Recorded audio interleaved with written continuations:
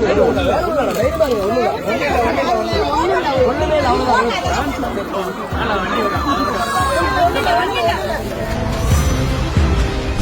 அடி பள்ளத்தில் நடந்த திக் திக் சம்பவம்.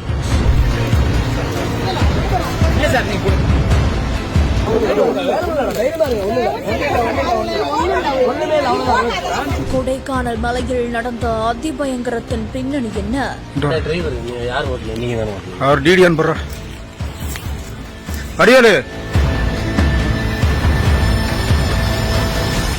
திண்டுக்கல் மாவட்டம் கொடைக்கானல் பெப்பர் அருவி பகுதிக்கு போறதுக்காக போதிய சாலை வசதி இல்லாம ஜீப் வாகனம் மட்டுமே சென்று வந்துட்டு இருக்குது. இந்த பாதையில கடந்த சில நாட்களாவே இருசக்கர வாகனங்கள் மற்றும் 4 சக்கர வாகனங்கள்ல சுற்றுலா பயணிகள் வர தொடங்கியிருக்காங்க. இந்த நிலையில தான் திண்டுக்கல்ல இருந்து பாலிஷ் வாகனத்துல சுற்றுலா வந்த இளைஞர்கள் அதிகம் இறக்கம் இருக்கக்கூடிய சாலை பகுதியில வந்த பொழுது அந்த ஓட்டுநரோட கட்டுப்பாட்டை இழந்து அந்த வண்டி சாலையில இருந்து சுமார் 50 அடி பள்ளத்துல இறங்கி விபத்துக்குள்ளாகி இருக்குது.